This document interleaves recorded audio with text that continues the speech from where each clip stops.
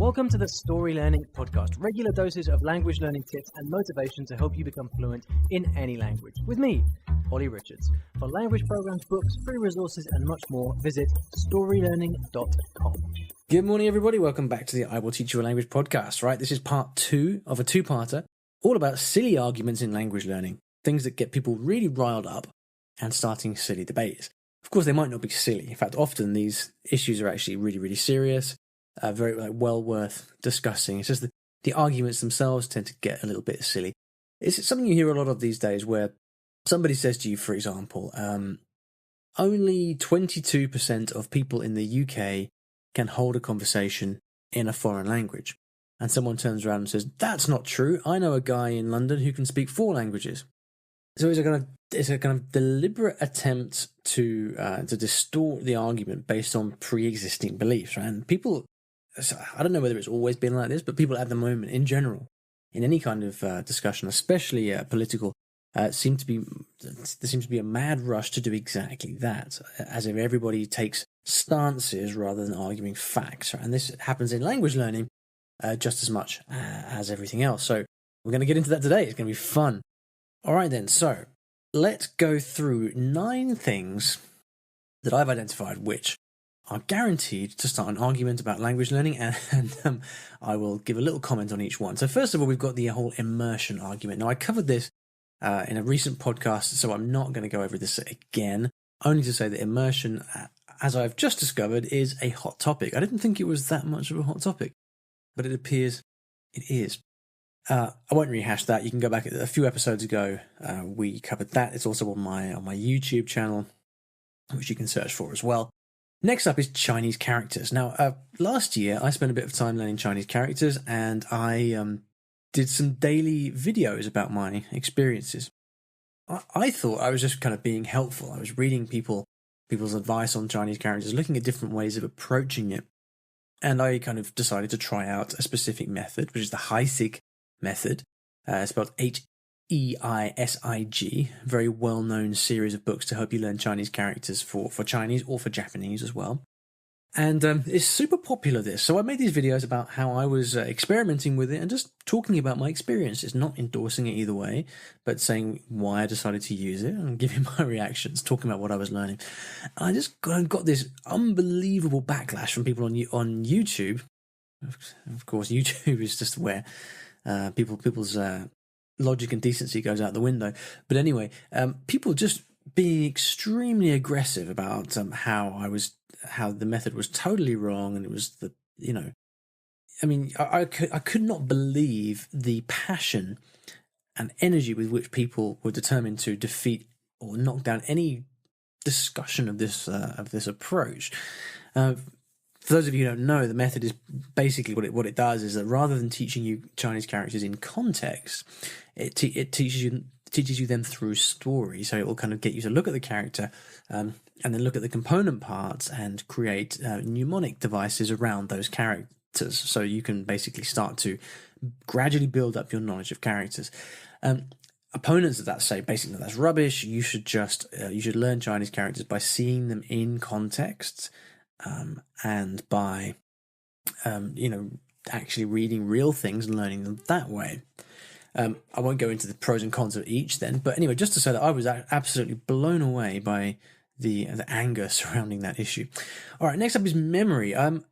Last year, was it the year before? About 18 months ago, I think I started thinking a lot about memory and writing articles about memory and doing experiments myself in learning methods using techniques like the memory palace, for example, which we've covered in previous episodes.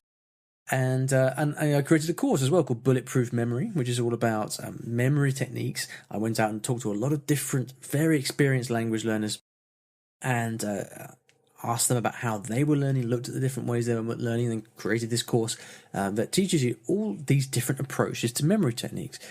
And what I discovered was that there's a lot of people who see this word memory or memorization and have an allergic reaction to it. It's almost as if the word memory or memory technique kind of conjures up this. It's almost as if what this means is someone sitting in a room memorizing lists of words. And I got quite a lot of reaction from people kind of saying that I don't memorize words at all. I just read things in context and learn naturally. And I was very surprised by that because I was like, well, yeah, I do that too. Why is it an either or discussion? Why can you not consume lots of content, look at stuff in context, but then also apply simple memory techniques on top of that to make it more efficient? People were kind of treating it as almost a threat to the way that they learn, or the way that they've done their language learning, or the way they've understood language learning up to this point. So again, it's a total straw man argument. It's failing to engage with the actual content of what you're talking about, and it's kind of responding to a particular word rather than the meaning behind that word. So very, very interesting. Related to that, then, is number 4, which is flashcards. I've seen people absolutely go red in the face, or is it blue in the face? I can't remember what color it is, about flashcards, saying flashcards are the devil. They are destructive. You should never use flashcards. They're going to destroy your language learning. It's the worst language learning tool ever invented. And of course, like their arguments against flashcards are all based on one particular interpretation of how flashcards are used. Usually a very kind of robotic, shallow approach to flashcards, where you kind of, I don't know what they think people do in reality, like just have single words with translations and just learn a language, basically grow your vocabulary by looking at decks of flashcards, which is I agree, is a silly thing to do. But their whole argument against using flashcards was based on the assumption that people learnt in that way, which of course is not at all it's not how I do it. It's not how I teach it, certainly. And flashcards are an extremely powerful way of learning languages. I use them all the time. A few months back, we had Gabe Weiner on the show, who also has an entire method built around flashcards. It's very, very popular. Works for lots and lots of people. But for some reason, the thought of flashcards seems to drive people mad. There we go. All right, number 5 is translation. An equally hot button topic. People will say that you should never translate. Everything should stay in the target language. Any kind of translation is evil. You can get around translation by having pictures and having everything in the target language. And people will fight tooth and nail to suggest that you should never use translation in your target language, to learn your target language, which strikes me as very, very silly because... or rather, let me couch that in kinder terms. It's not a silly view, but it is it's a very narrow viewpoint.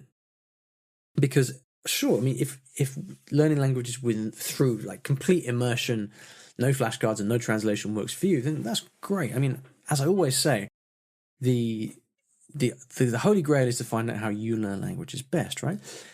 The problem is that for many people, translation is extremely useful. Why should you... I remember having a conversation with Alex Rawlings about this after Alex did some teacher training and was then sent in... He started doing a bit of English teaching, and he realised that the school that he was working at would oblige him to teach using English. He was in Hungary, I think, at the time.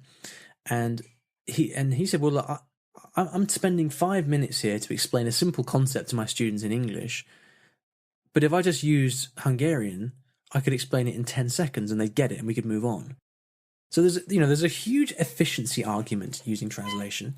And the fact that, not, of course, the more exposure to the target language, the better, as a general rule, yes. But that doesn't mean that that should be at the expense of everything else. So translation can really speed up the language learning process. I use translation on my flashcards. I use flashcards and I have translations on my flashcards, but because that helps me with a very specific way that I like to study. It works really well for me.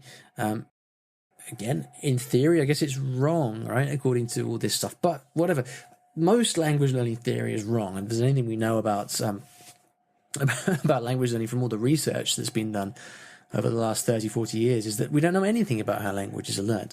And so, again, for me, it's all about figuring out what works for you. And so what I'm trying to do here on the podcast is kind of raise awareness of the different issues and the different options available to you, and kind of crack some of these misconceptions and old wives' tales about what's right and what's wrong in the world of language learning. All right, then, moving swiftly on. Arabic dialects. When I moved to Egypt in 2014, I started learning Arabic. I documented it all on YouTube. Well, not all of it, but quite a lot. If you go to iwillteachyoualanguage.com and search for Arabic, you'll find lots of blog posts I wrote. I've got some videos on YouTube as well, learning Arabic. I learned Egyptian Arabic because I was moving to Egypt. And so I wanted to learn the dialect that's actually spoken there in Egypt, not modern standard Arabic, which is kind of the standard Arabic, a bit like Italian, where you've got this kind of standard Italian that nobody actually speaks because they all speak their local dialect, right? Except it's more extreme in the Arab world, where they're more like different languages, you know. And so anyway, there's a huge argument that rages in the Arabic world, Arabic language world, about whether you should learn a dialect or whether you should learn modern standard Arabic.